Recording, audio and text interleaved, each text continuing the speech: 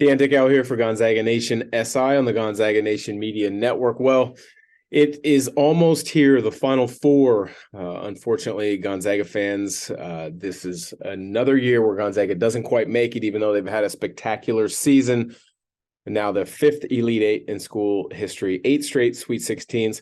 I'll be honest, early in the season, I thought in a preseason meeting with our KHQ regional TV group, I said this team had the makings or the talent level with Timmy and Strother and Bolton back that they could be a Final Four team because of how balanced the landscape of college basketball was. But I also said it's going to be a work in progress. It was going to take some time. And lo and behold, that's exactly what played out. Gonzaga began to play their best basketball of the year down the stretch. This is the first year in many that I did not look ahead and book hotel reservations and flight reservations, especially now that, the COVID travel change has occurred where you can easily refund tickets, you can easily refund hotel rooms, deposits, things of that nature. So this was a year that I did not make those reservations. And after them advancing to the Sweet 16, I thought that I might need to quickly change those plans, but didn't matter. Gonzaga didn't make a Final Four. I think that this is going to be a very important offseason for Gonzaga with the transfer portal, with recruiting, with which guys decide to enter the NBA draft, which guys decide to stay with that extra COVID year, which guys just decide to return. So I think it's going to be very interesting to watch, but we'll touch more on that in the coming weeks. So I just wanted to preview the Final Four. It's going to be a heck of a Final Four. The fun part to see this and watch this on TV this weekend, I think, will be the fact that it's Jim Nance's last Final Four that he is going to be calling as a play-by-play guy for CBS. And this, to me, is important and it's interesting because I think there's different tiers of any industry. And Jim Nance is one of the best all time. The way he quickly describes and adds background to what just happened, and then allows his broadcast partners, his color analysts, to jump in and share the why or the how or the background behind some of the things. And then his ability in big moments to quickly have a message and then lay out and watch the celebration or the emotions through their TV screen, I think has been tremendous over the years. So that was one interesting side note about the Final Four, but really it comes down to FAU, San Diego State, the winner of that, a 9 and a 5 seed against Miami, against UConn. And we'll start with FAU. FAU has had a tremendous season in Conference USA. Dusty May, their head coach, has done a really good job of balanced attack of what they've done on the offensive and defensive end throughout the year. They jumped out to an incredible start to the season. And actually, Conference USA did as well. I had a game, University of Alabama, Birmingham, earlier this year in the Conference USA, and I was impressed with that team. You saw UAB make it to the tournament final in the NIT. So it shows you a little bit about just how good that Conference USA was, even though I think they were very under the radar this year. But back to FAU, I think they're a very, very balanced basketball team.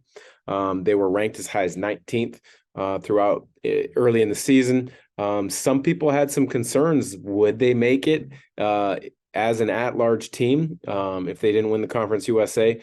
And when you look at the body of their work, I think they had 30 wins coming into the NCAA tournament. That should have been a no-brainer. If you watch them at any point this year, I did not watch a lot. I just watched a few stretches here and there.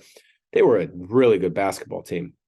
And I know the selection committee has said they don't use the eye test. They go off a resume sheet with the quad 1 wins and 2s and your net rankings and a number of different things. But I think that gets lost too many times because if you watched FAU, they were a darn good basketball team. And I think they're going to give San Diego State everything that they can handle. Now, San Diego State, they've been the power in the Mountain West for a number of years. That COVID shortened year, they were top 4 in the country.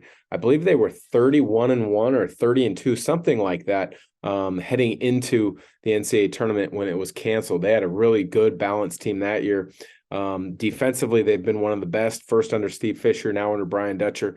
I think if you looked at that COVID shortened year when they could have made a Final Four, they probably had more offensive firepower because of Malachi Flynn, who transferred from Washington State. He had an All-American type season that year before going off to the NBA. But when you look at San Diego State, they are going to guard one of the best teams defensively in any conference and across the country. They will guard. They pick you up full court many times, man to man. Sometimes they'll pick you up in a little 3/4 court just to kind of junk things up and make you later or slower to get into your actions in the half court, so they don't have to guard as many pick and rolls or post splits, pin down actions, single doubles, whatever it may be. So they're a well-oiled machine defensively. They are also on the offensive end a team that can get bogged down at times and struggle to score, but their defense is so good that they can cover for 6, 7, 8-minute lapses where they don't score because they don't allow teams to go on 10-0 runs, 10-2 runs. They don't allow that because of how good their defense is. They've got a ton of experience. Adam Seiko comes off the bench as a 6th-year guy. Nathan Mensah, Matt Bradley in the starting lineup are 5th-year guys. Lamont Butler is a junior, but he's made tremendous strides over the course of his career there. He's able to knock it down from the 3-point line.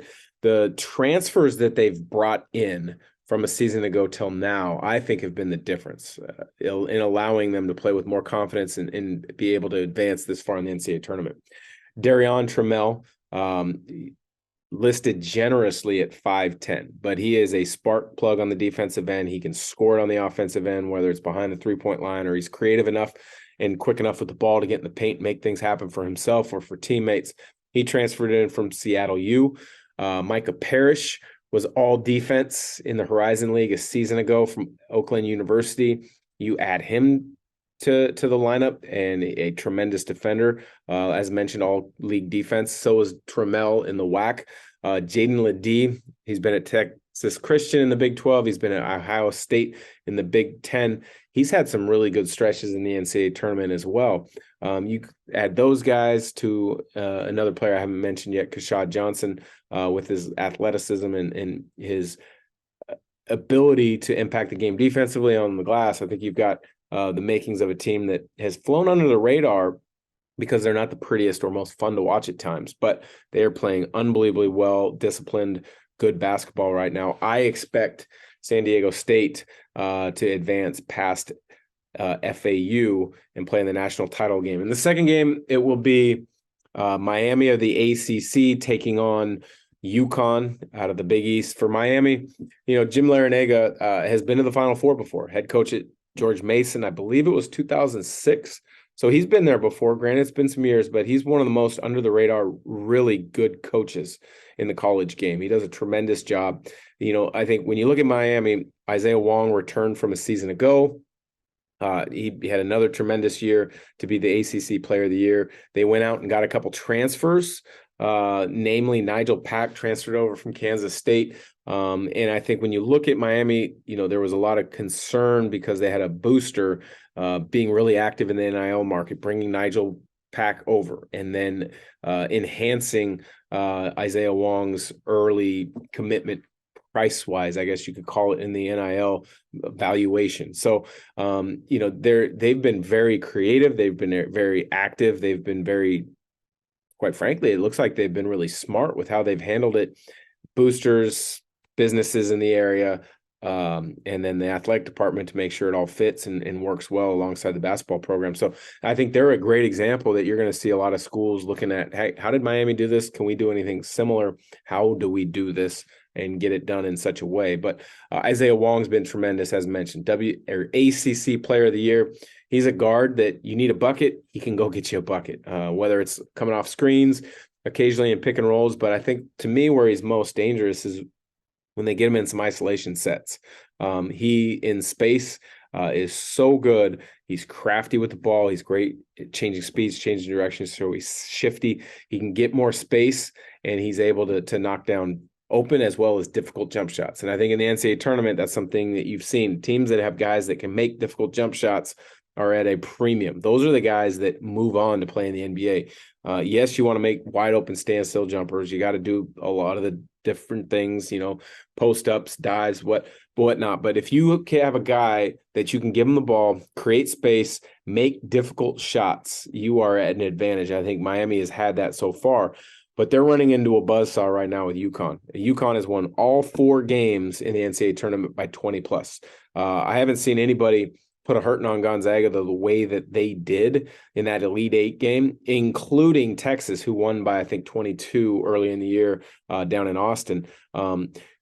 You say what you want about Drew Timme picking up his 4th foul early in that second half. He had 3 in that first half, so he was a little limited with how he played kind of mid to late in that first half, but that didn't matter. I mean, UConn right now, to me, is playing at another level compared to anybody. They've moved up to number 1 in Ken Palm rankings, top 10 or 12, I believe, in both offensive and defensive efficiency. So they're a very balanced basketball team.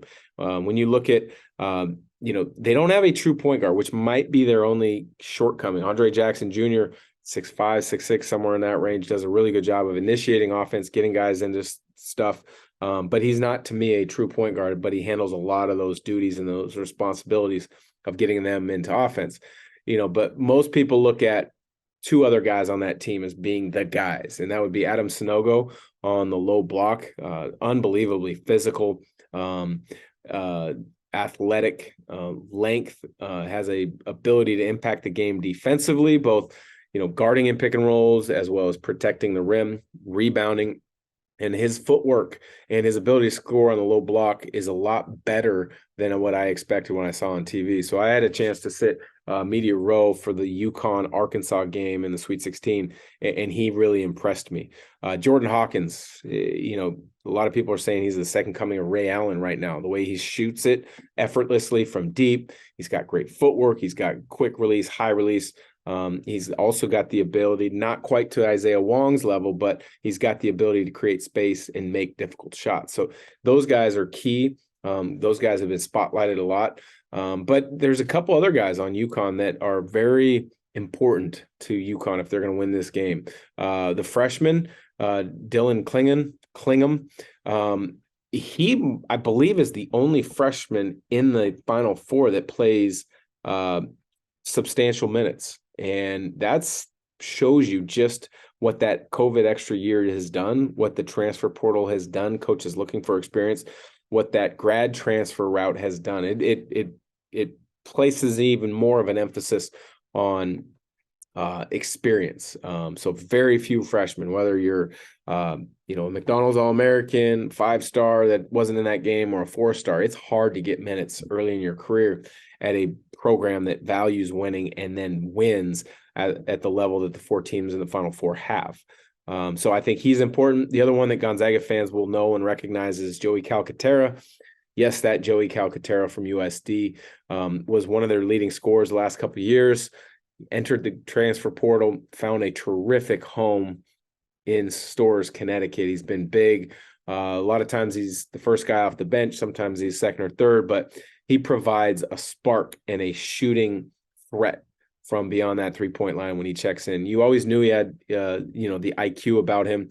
He had the competitiveness, the toughness, but he's got a perfect home at UConn, and he's really been able to thrive in that role, and they've utilized him really well. So I have UConn advancing past Miami in the Final Four, which would set up a San Diego State UConn matchup on Monday for the Final Four, for the national title game in the Final Four. But those are my predictions. San Diego State, UConn. Check back here after the game and see if I was right. And I will also be previewing what will be the national title game for Gonzaga Nation SI.